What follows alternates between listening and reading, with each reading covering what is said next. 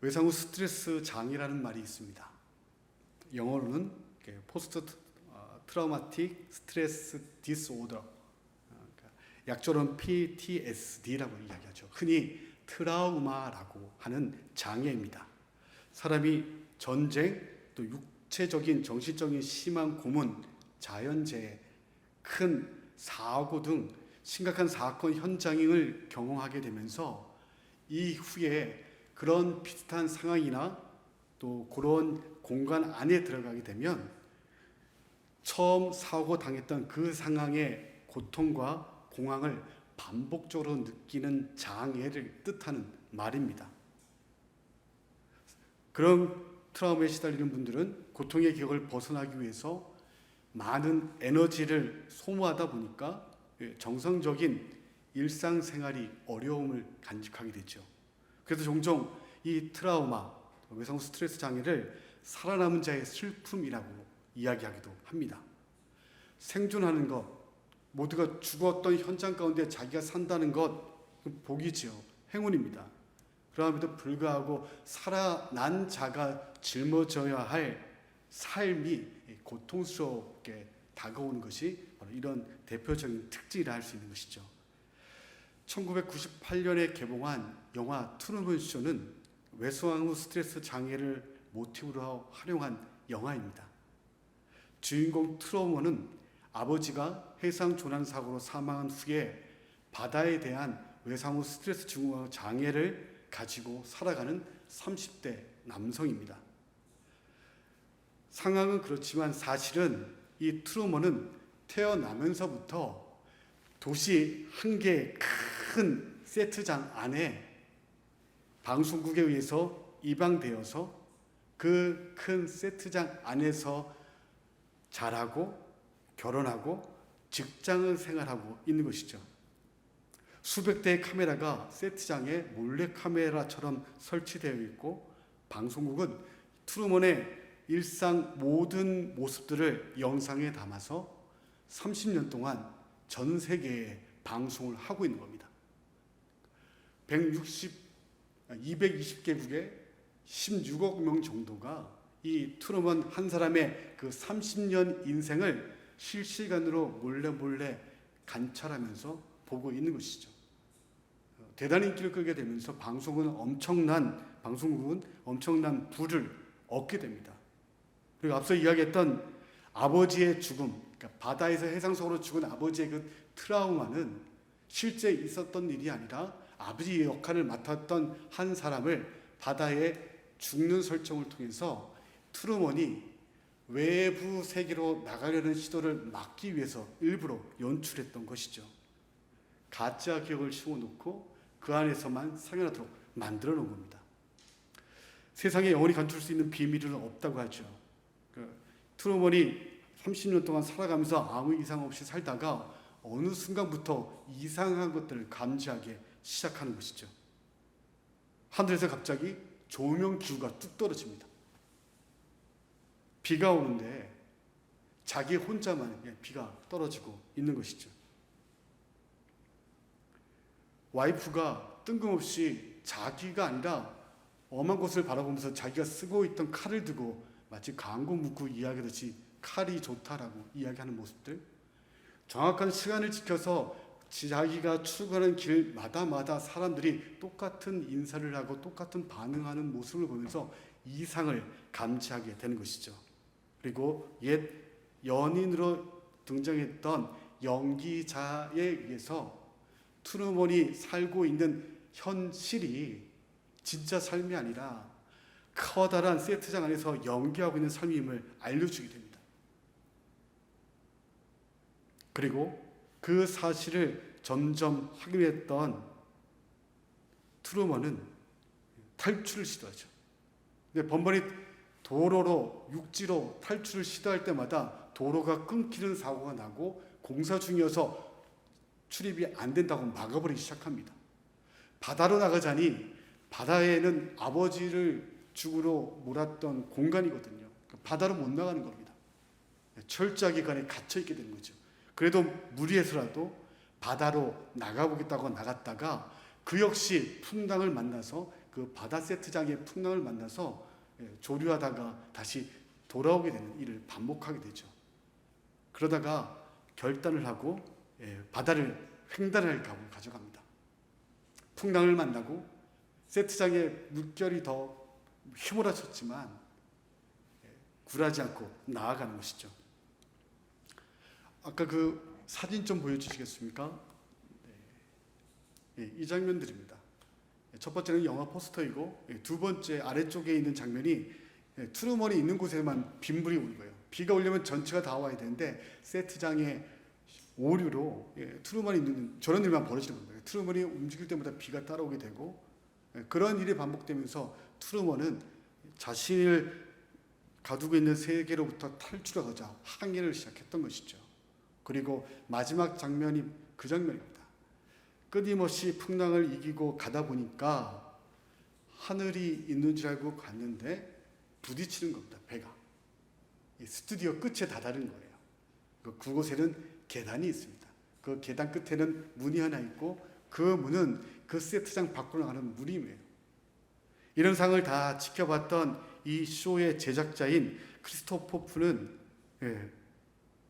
확신하는 거죠. 쇼가 제공하는 편안한 환경에 적응된 트루먼은 험한 세상으로 나가지 않을 것이라 확신합니다.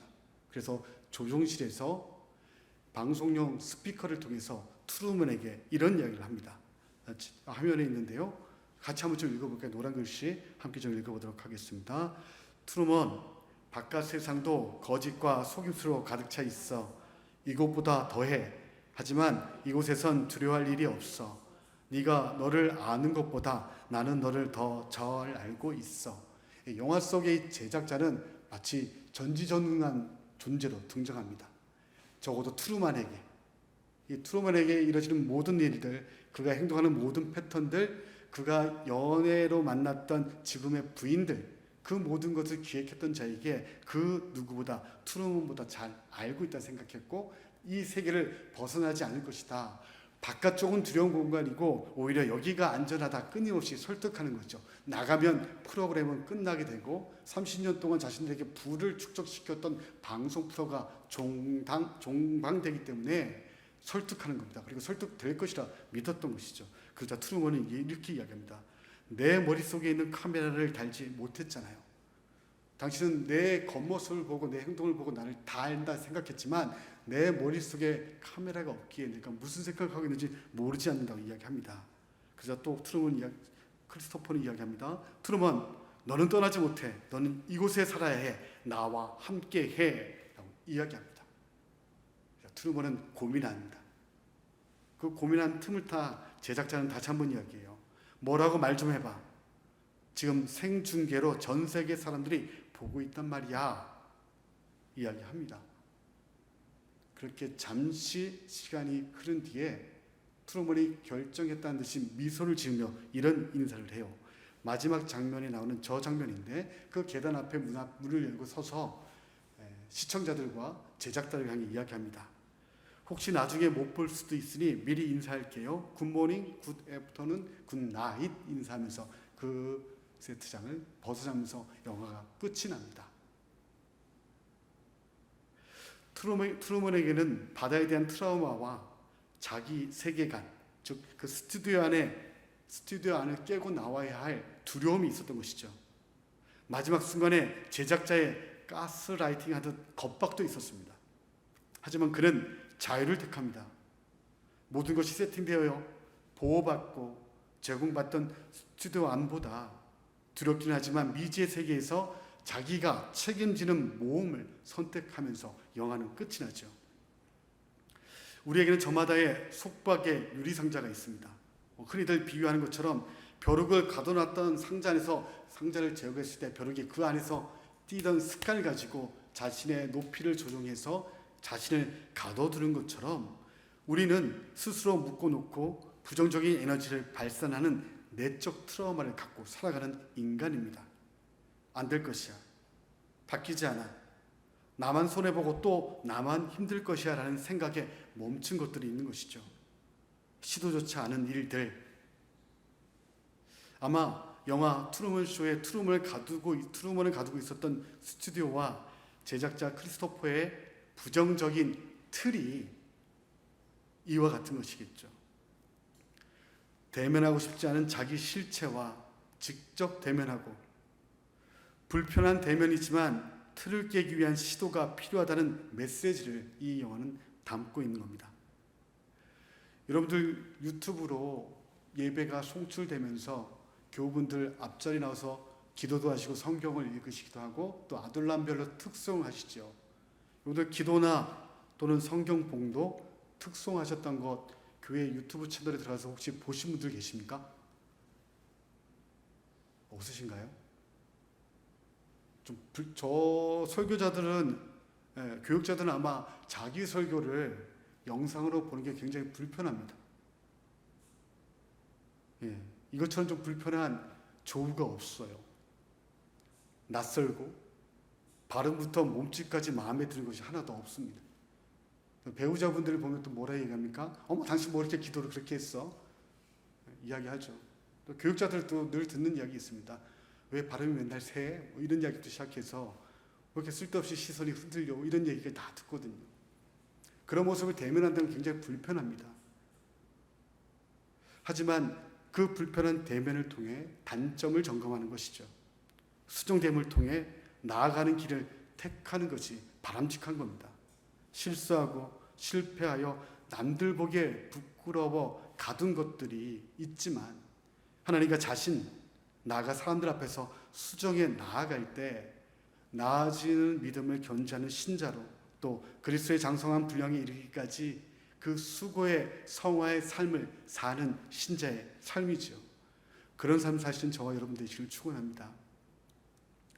오늘 본문은 유다와 형제들, 또 요셉의 형들도 자유롭지 못한 과거, 또 그 일로 인한 죄책감에 시달리는 이들입니다.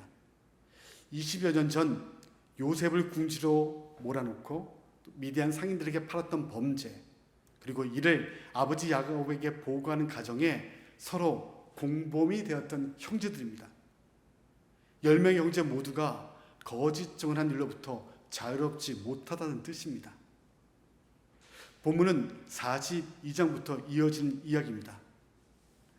요셉의 형들은 르우벤과 9명의 형제들이 지독한 가문과 기근으로 이집트를 방문하게 되죠. 그곳에서 만난 총리에게 정탐꾼으로 몰려 3일 동안 감금당합니다. 이 가정의 장자 르우벤이 형제들에게 말합니다. 창세기 42장 21절부터 22절까지의 말씀 함께 읽도록 하겠습니다. 읽겠습니다. 그들이 서로 말하되 우리가 아우의 일로 말미암아 범죄하였도다. 우리가 우리에게 액을 할 때에 그 마음의 괴로움을 보고도 듣지 아니하였으므로 이 괴로움이 우리에게 임하도다. 르우벤이 그들에게 대답하여 이르되 내가 너희에게 그 아이에 대하여 죄를 짓지 말자고 하지 아니하였더냐. 그래도 너희가 듣지 아니하였느니라. 그러므로 그의 핏값을 치르게 되었도다 하니, 사람은 난간에 봉착하면 과거의 자신의 잘못에 집중하는 경향이 있습니다. 형제들도 마찬가지였습니다. 형제들은 르우벤을 중심으로 20여 년 전에 자신들의 잘못을 상기합니다. 이런 형들의 말을 엿들은 요셉은 그들에게 결백을 증명할 기회를 주죠.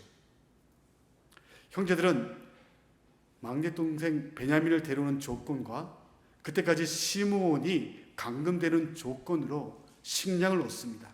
그리고 가나안 땅으로 돌아가죠. 단편적으로 보면 식량을 구했기 때문에, 목적을 이뤘기 때문에 구원을 경험한 겁니다. 기근으로부터 구출할 수 있는 구원을 경험한 것이죠. 하지만 한계가 있는 것이죠. 책임을 떠안는 것입니다. 해결 방법은 한 가지입니다. 형제들은 베냐민을 데리고 다시 와서 자신들의 결백을 증명하는 것 외에는 방법이 없는 상황이죠.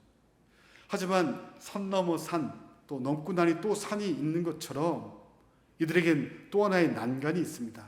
바로 아버지 야곱을 설득해야 하는 난간이죠. 야곱은 편애하던 아들 요셉을 잃었습니다. 그런 야곱에게 사랑하는 라헬의 또 다른 아들인 베냐민은 당연히 더 특별한 존재인 것이죠.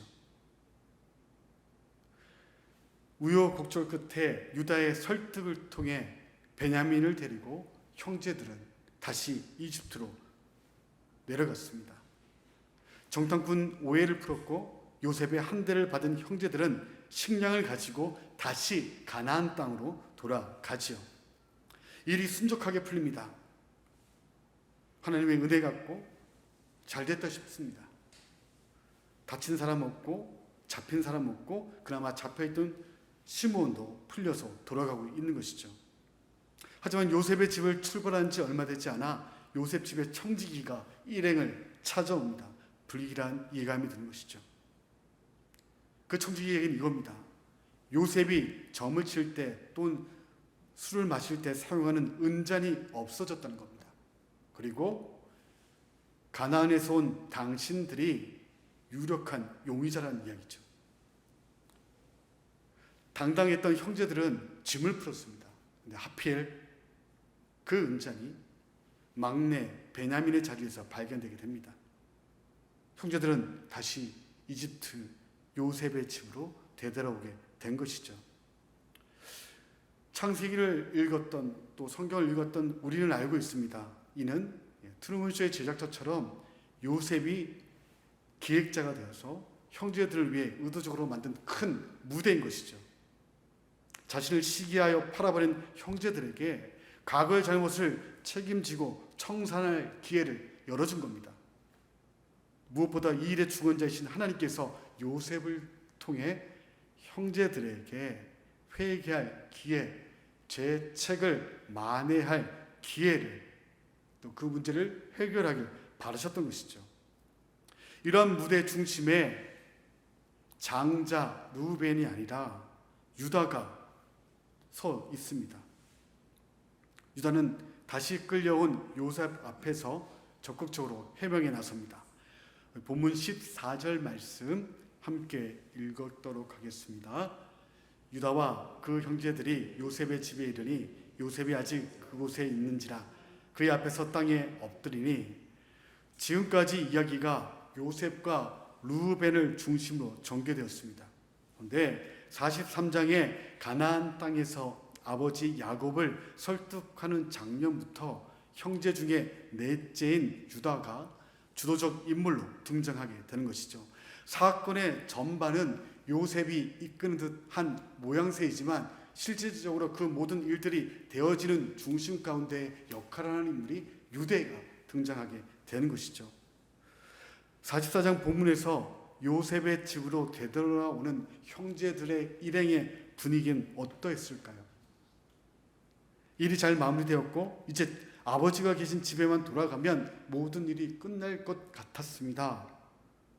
하지만 느닷없이 청천벽력 같은 소리에 이들은 가나안 땅이 아닌 이집트 요셉의 집에 끌려오게 된 것이죠. 낙담 가득한 겁니다. 억울함을 다 푼 듯 하였지만 그 끝에 다시 억울함을 당해 끌려오게 되는 겁니다. 지주군도 조용했지만 그들 형제들 마음 가운데는 원망의 마음 가득하겠죠. 혹시 진짜 베냐민이 훔친 건 아닐까? 베냐민마저 미워했던 우리 형제 중에 누군가가 베냐민의 자루에다가 은잔을 훔쳐다 넣은 것은 아닌가? 여러 가지 상상과 축축과 억측이 그들 가운데 있었을 겁니다. 하지만 그 누구 하나 소리낼 수 없는 상황인 것이죠. 요셉 앞에 도착한 유다와 형제들은 바짝 엎드립니다. 누구 하나 고개를 들지 못할 그때에 유다는 이 문제에 대한 적극적인 해명에 나섰지요. 사실 유다도 아버지 야곱 편애의 피해자입니다. 앞에 37장에서는 형제들과 함께 요셉을 시기하는 대열에 함께했던 유다이죠. 하지만 폭력으로 질주하는 형제들을 멈춰서게 했던 이도 유다입니다. 요셉을 죽이려 할 그때에 요셉을 미디안 상인들에게 팔아서 그의 생명을 살렸던 것도 유다입니다. 외부 환경에 비해 건실하게 성장한 듯한 유다이지만 아버지로부터 바람직한 아버지 역할 모델을 배우지 못했습니다. 그러다 보니 37장 이후에 제법 긴 시간 뒤에 사건을 다루고 있는 창세기 38장에서 남편을 잃은 며느리 다말에게 적극적으로 문제 해결에 나서지 못하는 모습을 보이기도 하죠. 결국 며느리와 행음하고 나서야 자기의 잘못을 인정하게 되는 한계를 갖고 있던 인물입니다. 이렇듯 요셉의 생명을 보존한 일 외에는 20여 년간 존재감이 없었던 유다가 본문에서 책임을 다하는 모습으로 등장합니다. 세상을 살다 보면 역할 모델이 없다는 것, 또 역할 모델의 부재는 슬픈 일입니다. 직장 생활도 별반 다르지 않지만 군 생활 때, 군대 갔다 오시는 남자분들 다 동일하죠. 쫄병 때, 후임병 때 자신을 괴롭히는 고참들, 그 무수한 고통 속에 잘해주는 고참 만나지 못해서 마음속으로 다짐하는 게 있습니다. 나는 짬밥 먹으면, 고참이 되면 절대로 저러지 말아야지. 그런 다짐들이 있지만 막상 나름의 권력을 일정 부분 누릴 수 있는 고참이 되고 나면 옛날의 그 기억 잊어버리죠.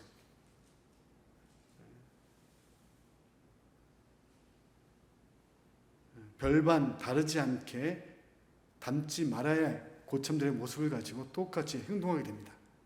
더욱이 나 혼자만 다르게 행동했다가 괜시리 옆에 분대원들, 소대원들에게 너 혼자 유도할수있게 그러지 마. 군기 흐트러뜨린다는 핀잔과 눈치가 두려워서 그들의 흐름에 함께 젖어버리게 되는 것이 모습인 거죠. 이처럼 분명한 역할 모델이 없다는 것, 그것을 지속한다는 것 생각보다 어려운 일입니다. 유다도 그런 의미에서 본다면 별반 다르지 않을 인생을 살 수 있었을 모습인 것이죠. 그런 그가 보이지 않지만 일하고 계셨던 하나님을 발견하게 됩니다. 그리고 본문 16절에 자신들의 죄악을 인정하게 됩니다.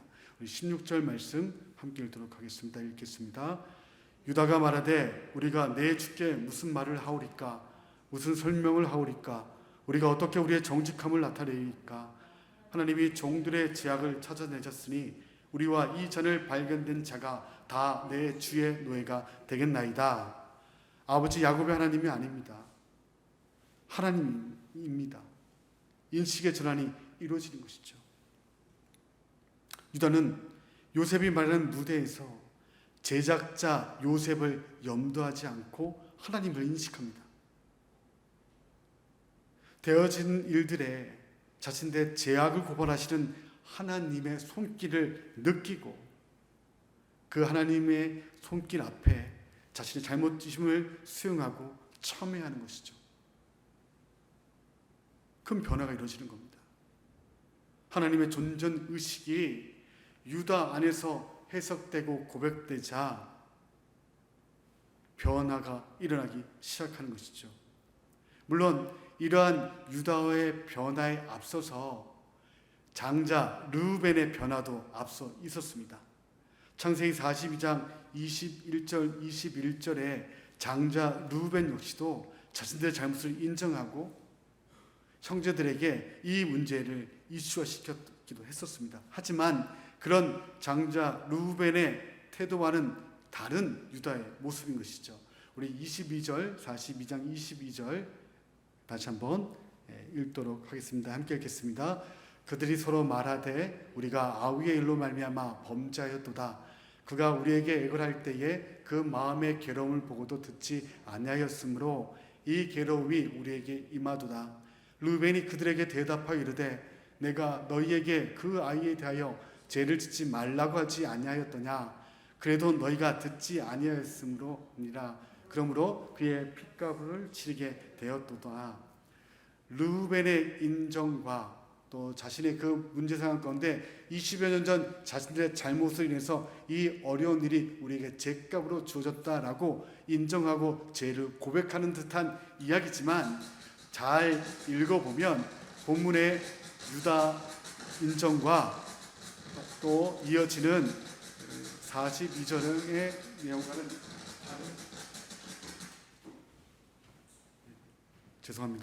다른 의미로 해석되는 것이죠.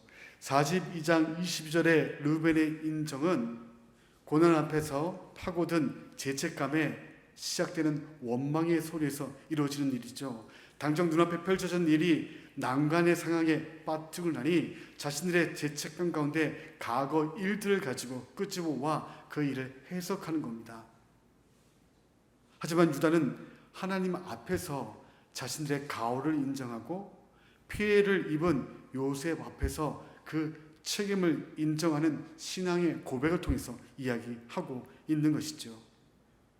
앞서 42장의 르우벤은 자신과 형제들을 분리시켜 나는 요셉을 해하지 말자고 했는데 너희가 요셉에게 해코지했다는 선 긋는 태도입니다.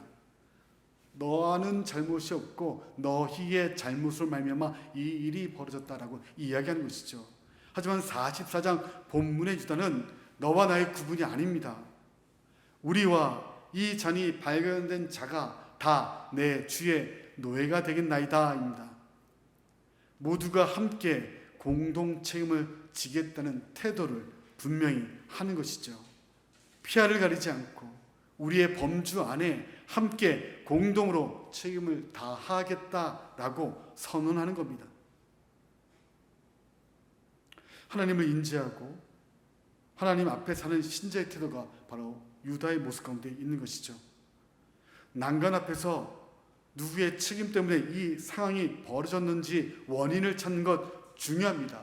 하지만 그 원인을 찾고 책임을 누구에게 있는가 그 자체에 국한하는 것이 아니라 그것이 우리 안에서 이루어진 것이고 우리 가정, 우리 아들남, 우리 동네, 우리 교회, 우리 직장과 우리 사회 안에 벌어진 일이라면 구성원으로서 함께 공동 책임을 지겠다는 태도가 유다 안에 있었고 우리 역시도 그러한 삶의 태도를 견지해야 되는 것이죠. 이러한 유다의 해명에 형제들은 침묵합니다. 형제들과 동행한 다른 일꾼도 있었겠지만 감옥에 있는 시몬을 제외한 형제들은 요셉의 은잔이 누구의 집에서 나왔는지 모두 알고 있습니다. 막내 베냐민의 짐에서 나온 것이죠. 또한 요셉이 지시한 말을 전달한 그의 청지기 이후에 17절에 요셉의 엄폐서도 분명하게 밝히고 있듯이 범인 한 사람만 밝혀지면 그 사람만 처벌을 받고 나머지 사람들은 산다는 그 이야기도 다 들었습니다. 범인만 확인되면 모두가 살게 되는 것이죠. 44장 10절, 17절 말씀 함께 읽도록 하겠습니다. 함께 읽겠습니다. 그가 이르되 그러면 너희의 말과 같이 하리라. 그것이 누구에게서 발견되든지 그는 내게 종이 될 것이요 너희는 죄가 없으리라. 요셉이 이르되 내가 결코 그러하지 아니하리라.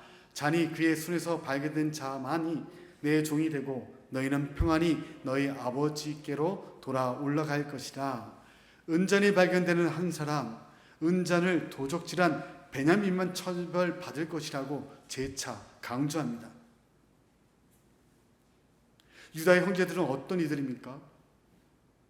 아버지의 편애와 동생의 눈치 없는 행동과 밑상짓 때문에 요셉의 생명을 해하려 했던 집단적으로 악행을 했던 자들입니다.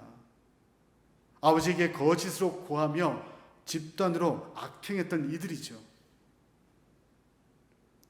그렇게 20년이 지났음에도 불구하고 여전히 아버지는 모두가 굶어 죽을 수도 있고 아들 시몬이 이집트에 인질로 투옥되어 있는 상황임을 알면서도 베냐민만은 내어줄 수 없다고 그만을 편애했던 아버지입니다.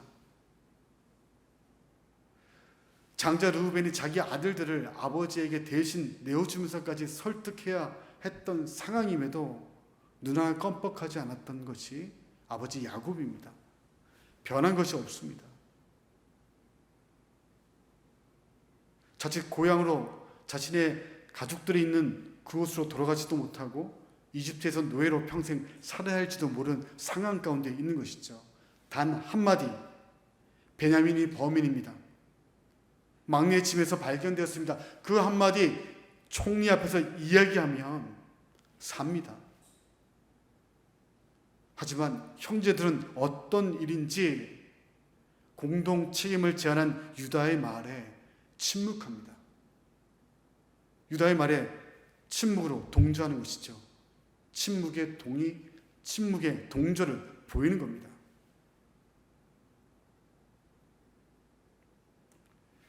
유다가 하나님을 인지하고 그들의 잘못은 너와 나가 아닌 우리의 범죄 안에서 함께 책임지려 하자 형제 안에 변화가 일어나는 것이죠. 베냐민 한 사람의 잘못이 아니라 또한 자신을 막으려 했지만 저들의 집단적 행동을 막을 수 없다는 변명도 아니라 우리와 이 잔이 발견된 자가 다 공동 책임을 지겠다고 나서자 형제들도 침묵으로 동조하고 있는 것이죠. 이러한 형제들의 모습에 지금까지 자신을 숨겨왔던 총리 요셉이 집안 사람 모두를 물려놓고 형제들 앞에서 자신이 요셉임을 밝힙니다. 창세기 45장 1절 말씀 함께 읽겠습니다. 요셉이 시종하는 자들 앞에서 그 정을 억제하지 못하여 소리질러 모든 사람을 자기에서 물러가라 하고 그 형제들에게 자기를 알리니 그때에 그와 함께한 다른 사람이 없었더라. 여러분 그거 아십니까? 사실은 유다와 형제들은 엄밀한 의미에서 은전과 관련된 죄가 없습니다. 37장에 집단적으로 요셉을 음해했던 일이야 죄책이 분명하죠. 하지만 42장부터 언급되는 되돌아온 식량 대금, 요셉의 은장과 관련해서는 유다와 형제들 그 누구 하나 죄가 없습니다. 철저하게 요셉이 연출했던 상황인 것이죠. 형제들은 누명을 쓴 겁니다. 죄가 없는 것이죠. 그러함에도 형제들은 누명을 쓰고 궁지에 몰린 베냐민을 위해 공동 책임자로 공범을 자처합니다. 유다를 필두로 하나님의 일하심을 함께 발견한 형제들이 은전에 대한 책임은 없지만 이전의 잘못을 복귀하고 지금의 억울함 당한 베냐민 곁에서 대속의 자리에 함께 서는 것이죠. 이러한 태도 변화가 상황의 변화의 기조가 되는 것이죠. 하나님께로부터 결제 해제 자리를 위임받았던 요셉은 비로소 이런 형들의 모습에 형들을 수용하게 됩니다. 그리고 용서가 이루어지고 모든 일들의 자초지종이 밝혀지게 되는 겁니다. 참회록으로 유명한 4세기 성인 어거스틴이 인용한 그 4세기경 불려지던 유월절 전야 미사 찬송, 예배 찬송에 이런 구절이 있습니다. 에덴 동산에서 벌어진 아담의 타락에 대해서 반복적으로 고백하는 구절인데요. 이런 구절입니다. 오, 우리를 위해 위대하고 영광스러운 구원자를 얻게 해준 행복한 잘못이여.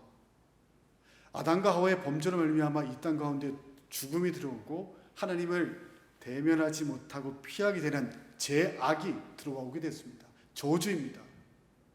그런데 어거스틴 시대에 고백되어지고 불려지던 노래 유월절 전야 미사 찬송에 이 에덴 동산에서 벌어졌던 아담의 불순종이란 타락을 행복한 잘못이요, 라틴어로 펠릭스 컬파라고 이야기합니다. 행복한 복된 뜻이 있는 라틴어 펠릭스와 잘못, 타락을 뜻하는 라틴어 컬파가 합쳐져서 행복한 잘못, 행복한 타락이라고 이야기하는 것이죠. 어떻게 타락이 행복하다 이야기할 수 있습니까? 없지요. 단면적으로 본다면 그렇습니다. 하지만 그 일을 계기로 하나님의 구원이 시작되고 하나님의 긍휼을 통해 하나님의 본성이 이 시대 가운데 열리게 된 것이죠. 오늘 본문으로 잇대어 본다면 44장의 이야기로 본다면 누구의 잘못이라 할 것 없지만 앞서 함께 살폈던 37장 형제들이 요셉을 음해한 사건은 분명한 형제들의 제약이고 타락의 결과입니다.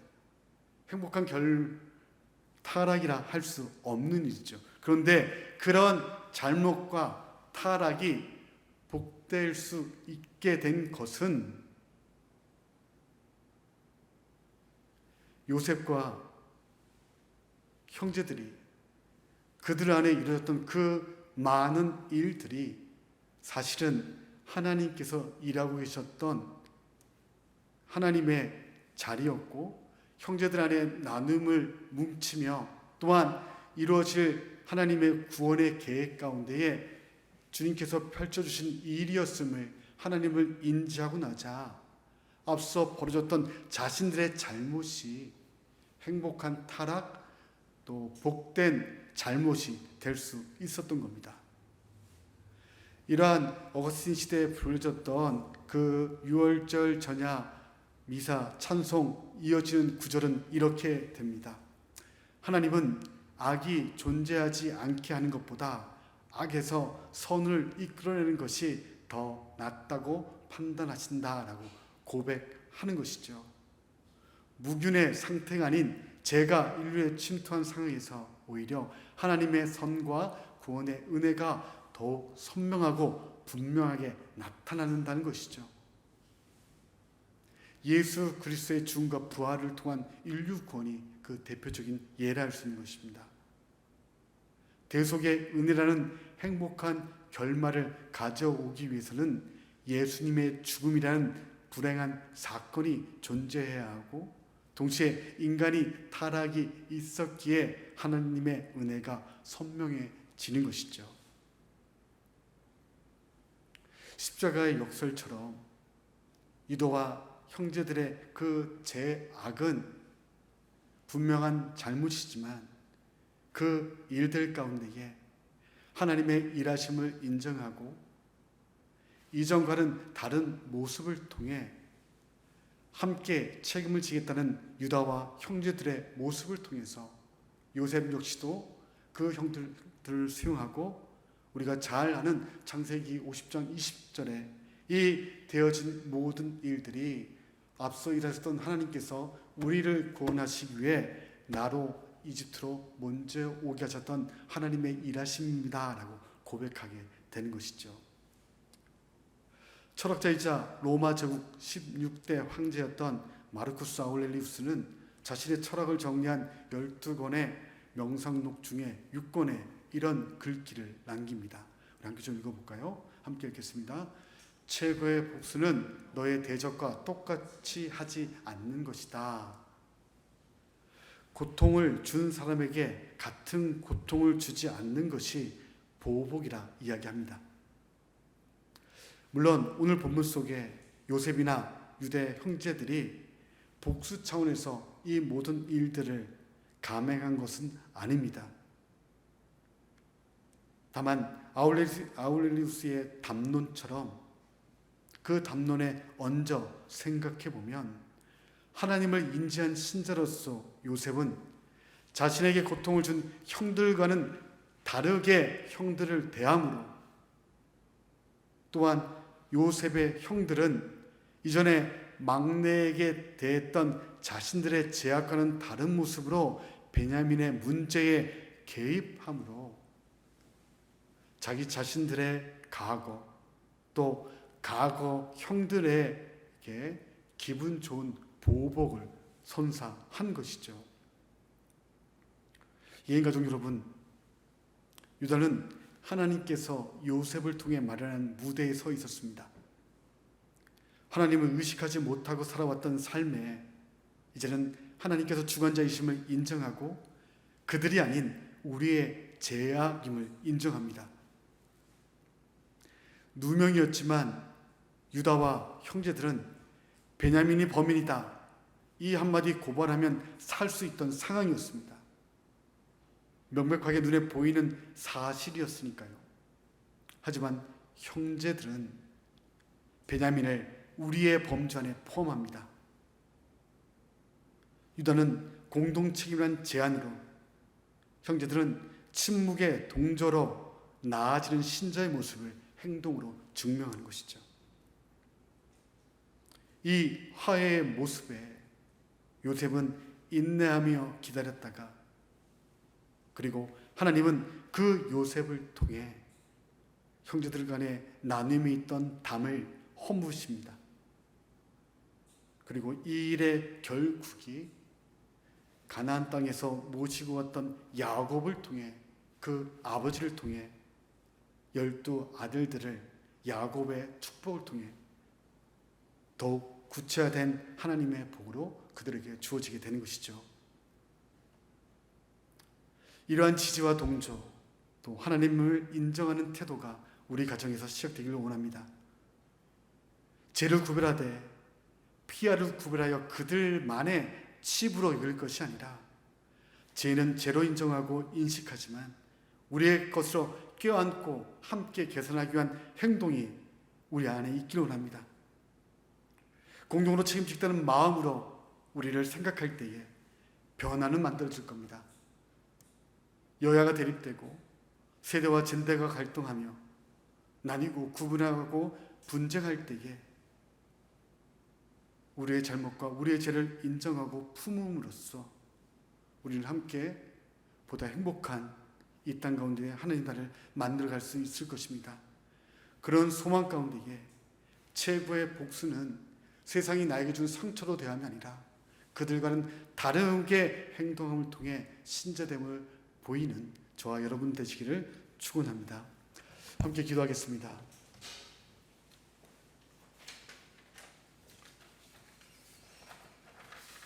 주님, 르우벤과 유다는 둘 다 현재 상황에 대해서 하나님의 손길을 인정하는 듯 했고 그것이 우리의 죄임을 고백하는 듯 했으나, 르우벤은 오히려 너와 나를 구분하고 나는 죄였고 너희들의 죄 때문에 이 일에 당했다 구분 짓으며 살고자 했습니다. 하지만 유다는 그 문제 상황 가운데에 너와 나의 문제로서가 아니라 우리의 문제로 인식하고 껴안으며 그럴 말미암아 공동의 책임을 지겠다는 신앙의 고백을 통해 자신의 삶의 현장 가운데 믿음을 드러냈습니다. 그 믿음의 현장 가운데에 그 유다의 마음에 얹혀 하나님을 인식한 형제들이 베냐민이 범인이다, 우리는 무고하다, 그 한마디 말이면 살 수 있는 상황에서도 이전과는 다른 베냐민을 포용하는 태도를 통해서 나아지는 믿음을 보였으면 보게 됩니다. 주님, 우리 예인의 가족들 죄를 멀리하고 죄를 구분하되 하나님, 죄가 드러나는 자리에서 하나님의 은혜가 큼을 오히려 우리란 범죄 안에 수용함을 통해 보이게 하시고, 그럴 말미암아 주님, 죄 지은 자가 회개하며 그 회개함이 우리의 모두의 유익이 되는 경험들이 우리 가운데 있게 해 주십시오. 가정에서부터 또한 일터와 아둘람과 교회 공동체가 이런 자리에 함께 서 있기를 원합니다. 너와 나를 구분짓고 너의 잘못을 더욱더 확대하며 내 잘못을 작게 여기는 시대 가운데에 죄의 문제는 심각하지만 그것이 우리의 문제임을 껴안고 함께 고민하며 그 문제에 책임지고자 애씀을 통해서 하나님, 눈에 보이지 않는 하나님의 다스림이 이 땅 가운데 이루어지고 있음을 보이는 예인가족들 되도록 인도하여 주옵소서. 예수님의 이름으로 기도드립니다. 아멘.